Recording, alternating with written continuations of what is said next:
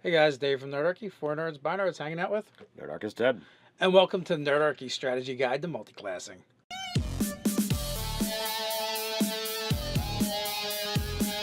We want to thank our sponsors, DriveThruRPG, for sponsoring this video.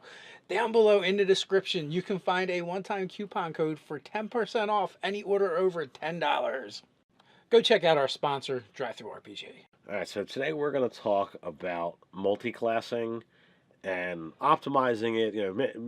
Strategizing the character creation. As if we were doing a Nerdarchy Strategy Guide to Multiclassing. Oh, I guess we could do that.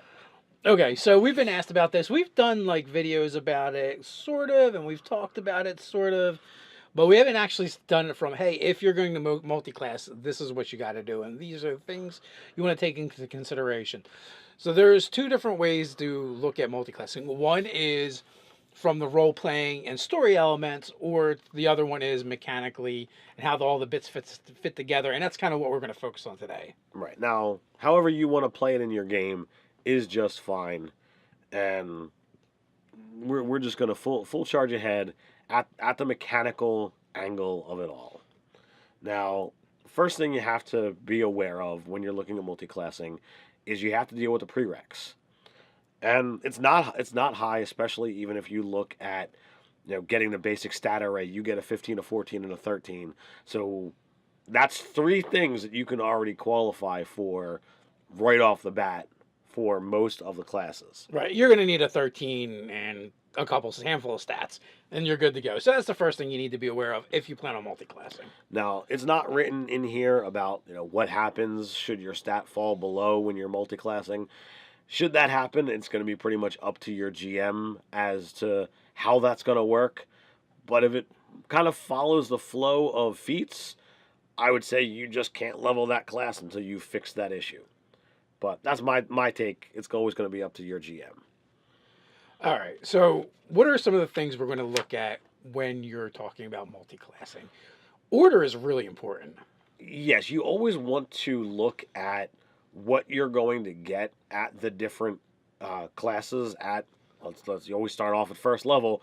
So if you look at fighter is going to give you access to heavy armor, where if you want to do fighter and thief together, you're not going to get heavy armor if you start off with thief and then go to fighter. Yeah, there's literally only one way to get heavy armor, by multiclassing into something. And there's only one class that does it, and then only if you pick specific domains, and that's the cleric. Exactly. So some classes will give you access to armor, weapon proficiencies, and skills. Sorcerer and wizard actually give you access to nothing new in those regards. So you multiclass into them, you're only going to get the class features, nothing extra. Whereas if you go into ranger, rogue, or bard, you will actually get another skill from their list. So these are all things to take a look at and to consider when you're building that character. When you're multiclassing, you have to have in your mind what it is do you want this character to be good at? What is he going to do? And build from there. Are you trying to cherry pick all the best things from several different classes? If you are, then the order is going to matter. For instance, if it's a martial character that you're taking from and you want heavy armor, well, you have to start there. Unless, like we said, you're going into a specific domain from cleric. So you would want to make sure you have paladin or fighter to be able to retain that heavy armor. Correct. Or if you want to build a character that's going to be very skill heavy, and you're going to incorporate rogue as one of them, you would want to take rogue first because that's going to give you the most skills. And then if you were to say go with a ranger, then you would get the extra skill from that as well. And there are two classes that would complement each other pretty nicely. Absolutely. So I guess the next thing to kind of consider is while you're actually leveling your character, you have to be aware of stat bumps, because you only get so many of them. And if you're going with the optional rules, stat bumps can be replaced by feats. These are incredibly important and a signature way of defining your character even more than using the typical class options. And if you're treating them well, you want to make sure that you're taking levels appropriately so that you're maximizing access to these bumps or feats. Right. You get 5 opportunities for most classes in order to do this. And you want to take advantage of those. You're not going to get a lot of opportunities to increase your stats in the game. Stat bumps is pretty primarily how it's going to be done. We generally only talk in blocks of 4 levels, and this way you're getting your stat bumps and you can get them all. Now that breaks down a little bit with rogue and fighter, but it's really easy to still make sure you get at least your 5. You know multi-classing in or out of Right. those two. Now, if you go with rogue, you're going to get an extra 1. If you're going to go with fighter, you're going to get an extra 2. Incredibly useful. So if you want extra feats and you're playing a martial type character and not playing a fighter, you could easily say, well, I mean, it's not so much a dip, but I'm going to take 8 levels of fighter, and for that investment, you're going to wind up with 3 stat bumps or feats. Taking that 8 still is going to give you 3 from whatever other class you're taking, and that's going to give you actually extra. It's going to give you the 6 total as opposed to the 5. So you get a little bit of a bump. So the other thing to take into consideration, if you're taking character classes that have similar class features, this is really important to know. They do not stack. You don't combine them. If your class gives you a way of calculating armor class, you pick the best one. You don't add them together. If your class gives you an extra attack, use the best extra attack feature. You don't combine them, right? So with that in mind, just know if you take classes that are very similar to each other, there's going to be overlap, and that overlap is probably just going to be a net loss for you. Well, the last is channel divinity. So if you are a paladin cleric, you do not add your channel divinities together. You just have the extra options of what you can do with them. Yeah, you don't get more uses, more options. I guess the other thing worth mentioning is fighting styles. Now, if you take multiple classes that give you fighting styles, you can have as many fighting styles as you want. Technically, you just can't have the same one more than once. Correct. No double downing on that accuracy to with your bow. Exactly.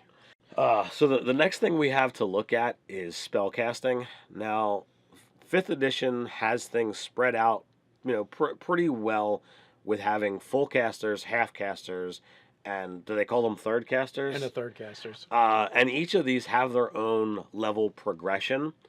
And if you multi-class taking these different types of spellcasting classes, you have to specifically look at what spell access you have access to based off of the level that you are gaining within your class. But then you use your total slots based off of the chart that's in the book, and you have to add all of these things together to find out what is your total casting level. Right. So when you're building a spellcaster and you're using multiple casting classes, that means what you want to do is, if you're a full caster, your level doesn't matter so much. If you're a half caster, always go to the even level. Now, if you're in a third caster, it has to be divisible by 3 to maximize your spellcasting. Now, it becomes a challenge when you're trying to look at, well, I'm a third caster and a full caster, but I also want to maximize my feats. You have to really figure out what's going to be the most important thing for that character when putting at your classes. So you could do, well, I'm going to do 12 in the third cast and 8 in the full caster. That's going to maximize your both feat and spell selection, but you might be dipping too far into your third caster. You might want to just be a flavor. So you have to really look at it. Well, let's dive into that a little bit. All right. So we said we're going to make this like a strategy guide. So it really depends what you want to what exactly you're trying to do. So our half casters are paladin and ranger. Okay. So that part is pretty easy because you're going to be more martial than anything. So you're going to be augmenting your martial with more spells if you go into a full caster. Like you said, a third is a little trickier, but to my knowledge right now, there's only 2 spellcasters that are third casters. Eldritch Knight and Arcane Trickster. Now, the Eldritch Knight is actually really easy to do. That's actually the easiest. Because if you want to go primarily with your spellcasting class, well, that's simple. You take your Eldritch Knight up to 6th level, you grab the 2 feats from Fighter, You're going to get 2 casting levels. You're going to get more spells known, you know, and you're going to get some abilities from being a fighter. It's not bad. That's really easy. Arcane Trickster's a little tougher because with that one, if you're saying, well, I'm going to go to level 12, then you're going to focus more on being a rogue and doing rogue things than you are a spellcaster. But you're going to, at the same time, you're going to end up with a lot of levels of spellcasting. So you have to decide like how useful that's going to be. Like being a rogue, one of the hallmarks of being a rogue is being able to sneak attack. Well, one of the hallmarks of being a spellcaster is casting spells. You can't sneak attack with your spells by raw. So that does make it a challenge. So this actually boils down to the beginning point we had of you need to figure out what specifically you're looking to try and get out of the character creation and what is the overall theme of your character.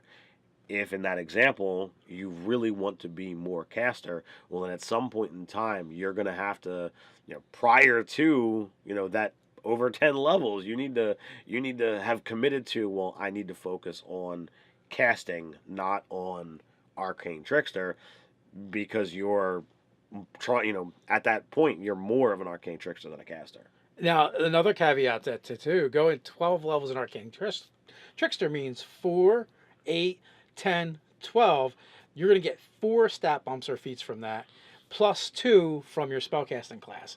So that's not bad either, because you're going to end up with 6 feats. Mm-hmm. So you're going to get, or 6 stat bumps. So you're going to go heavy that way. So these are the kind of the things that you're weighing out when you're determining how far to go in a particular class. The third casters are a little trickier.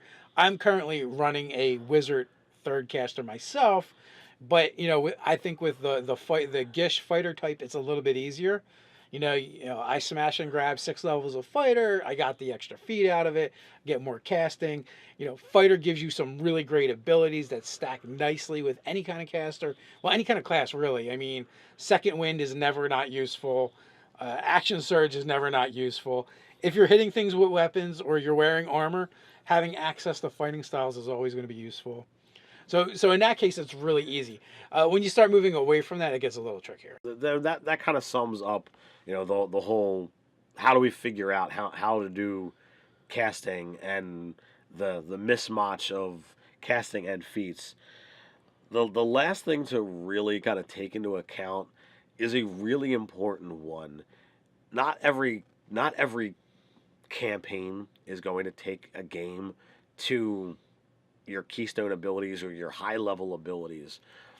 So it might not be important as to what you might get when you get high levels. If you're used to playing 5th to 10th level games and you never see those fantastic abilities, then possibly multiclassing will make you more powerful, in the short term, because you never get to the long term. But single classing almost always makes a more dominant character.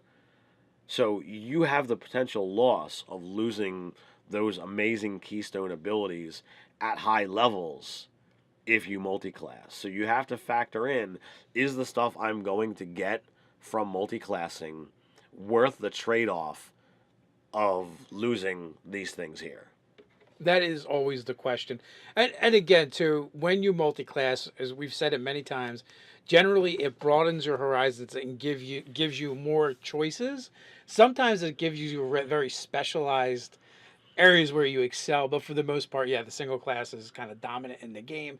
You're never going to get those keystone or capstone abilities if you're multiclassing, but that doesn't mean it isn't a fun option. Because maybe you have in your mind a certain way you want your character to operate or feel, and you can't do it with one class. Or maybe just maybe you want to be really good at doing like a specific thing, and then multiclassing can help with that. I will mention too, we in spellcasting we left off Warlock, and the reason we did that is because Warlock is its own thing. It doesn't mix and match with other spellcasting. You just look at your Warlock level, and its spellcasting feature is its own thing. Just like the way of the 4 elements, they have their own way of producing magic. They use their key points to field those spells. Exactly, and there are several other classes throughout that kind of do that similar. They're not technically spellcasters per se, Right. even though they're casting spells. Uh, So what do you guys think? Do you have any questions about multiclassing that we didn't cover? You have any tips that you want to share? It's a great place to continue this discussion. It's down in the comments below. While you're down there, don't forget to like, share, and subscribe. While you're headed down there, take a look at that description to find the link and one-time use promo code over to DriveThruRPG. So until next time, Stay nerdy.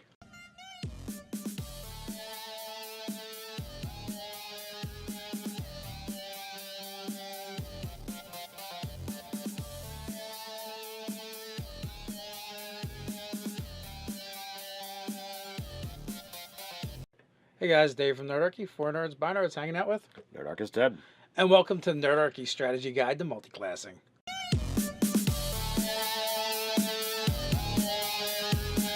We want to thank our sponsors, DriveThruRPG, for sponsoring this video. Down below in the description, you can find a one-time coupon code for 10% off any order over $10. Go check out our sponsor, DriveThruRPG. All right, so today we're going to talk about multiclassing, basic stat array. You get a 15, a 14, and a 13. So that's 3 things that you can already qualify for right off the bat for most of the classes. Right, you're going to need a 13 and a handful of stats, and you're good to go. So that's the first thing you need to be aware of if you plan on multiclassing. Now, it's not written in here about what happens should your stat fall below when you're multiclassing. Should that happen, it's going to be pretty much up to your GM as to how that's going to work. Elements, or the other one is mechanically and how all the bits fit together, and that's kind of what we're going to focus on today. Right. Now, however you want to play it in your game is just fine, and we're just going to full charge ahead at the mechanical angle of it all. Now, first thing you have to be aware of when you're looking at multiclassing is you have to deal with the prereqs, and it's not high, especially even if you look at getting them and optimizing it, strategizing the character creation. As if we were doing a Nerdarchy strategy guide to multiclassing? Oh, I guess we could do that. Okay, so we've been asked about this. We've done like videos about it, sort of, and we've talked about it, sort of, but we haven't actually done it from, hey, if you're going to multiclass, this is what you got to do, and these are things you want to take into consideration. So there's 2 different ways to look at multiclassing. One is from the role-playing and story element. But if it kind of follows the flow of feats, I would say you just can't level that class until you fix that issue. But that's my take. It's always going to be up to your GM. All right, so what are some of the things we're going to look at when you're talking about multiclassing? Order is really important. Yes, you always want to look at what you're going to get at the different classes at. You always start off at first level. So if you look at